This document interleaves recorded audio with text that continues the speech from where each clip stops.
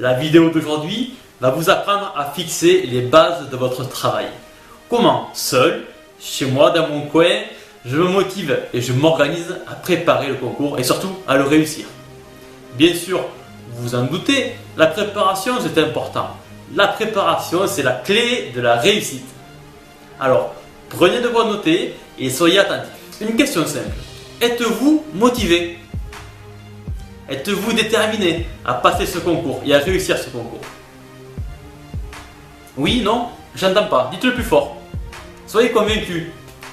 La motivation et la détermination sont deux facteurs essentiels pour maintenir un niveau d'engagement dans votre temps et optimiser votre taux de réussite. Ensemble, nous allons travailler sur votre motivation. Alors d'abord, qu'est-ce que la motivation? Comment définiriez-vous la motivation?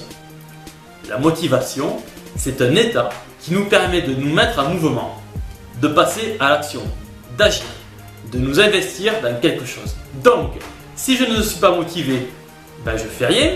Et si je ne suis pas assez motivé, je ne vais pas aller jusqu'au bout de ce que j'ai commencé.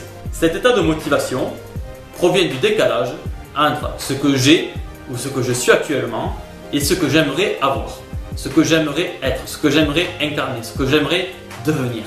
Une étape par exemple. Il faut donc définir avec clarté et avec précision la raison ou les raisons de ce qui vous amène, de ce qui vous motive à passer le concours. Petit exercice. Première partie. Quand vous aurez le concours, qu'est-ce que vous en ferez? Qu'est-ce que cela va vous apporter? Ça va modifier certainement votre environnement, votre mode de vie. Identifiez tous les bienfaits et projetez-vous dans le futur pour savourer, célébrer, pour ressentir les bienfaits que la réussite au concours vous apportera. Identifiez aussi l'impact de votre réussite sur votre entourage, votre famille, sur les amis. Vivez votre future réussite. Pensez à noter tous les bienfaits. Deuxième partie de l'exercice. Ensuite, imaginez ce qui se passe si j'échoue au concours, si je ne réussis pas le concours. Retour à la case départ. Quel sera l'impact sur votre vie? Comment je me sens avec ça?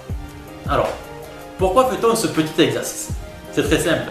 C'est parce que vous allez créer en vous une image mentale et émotionnelle claire de ce que vous voulez, de ce que vous voulez atteindre. Effectivement, si vous ne savez pas ce que vous voulez, vous ne pouvez pas l'avoir. Si vous ne savez pas où vous allez, vous ne pouvez pas y aller.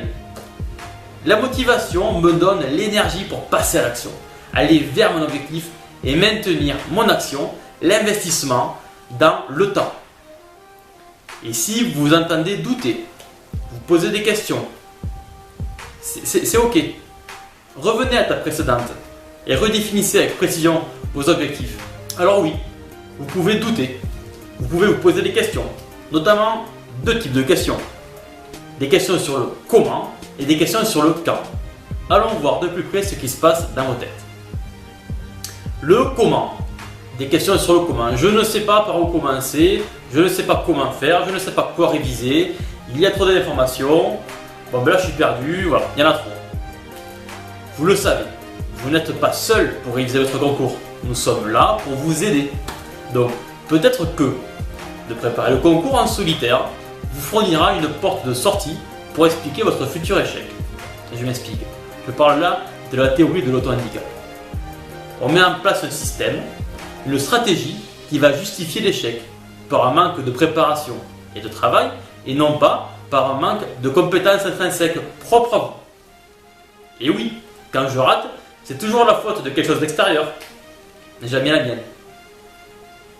Toujours dans la théorie de l'auto-handicap, on peut voir le fait de préparer le concours en solitaire sans aide comme un refus du changement, comme une fuite. Si je réussis le concours, ça va changer ma vie, notamment tous les points que vous avez définis dans le premier exercice. Donc, changement égale inconnu, égale perte de contrôle, égale peur, égale danger, égale fuite, égale échec programmé. Les questions sur le temps, entre le travail, les cours, le sport, les enfants, les sorties, etc., je n'ai pas le temps de réviser. Si vous pensez ça, on va le reformuler ensemble. Ça sonnera plus juste. Et vous allez vous dire, je ne prends pas le temps de réviser. Alors, comment prendre le temps de réviser?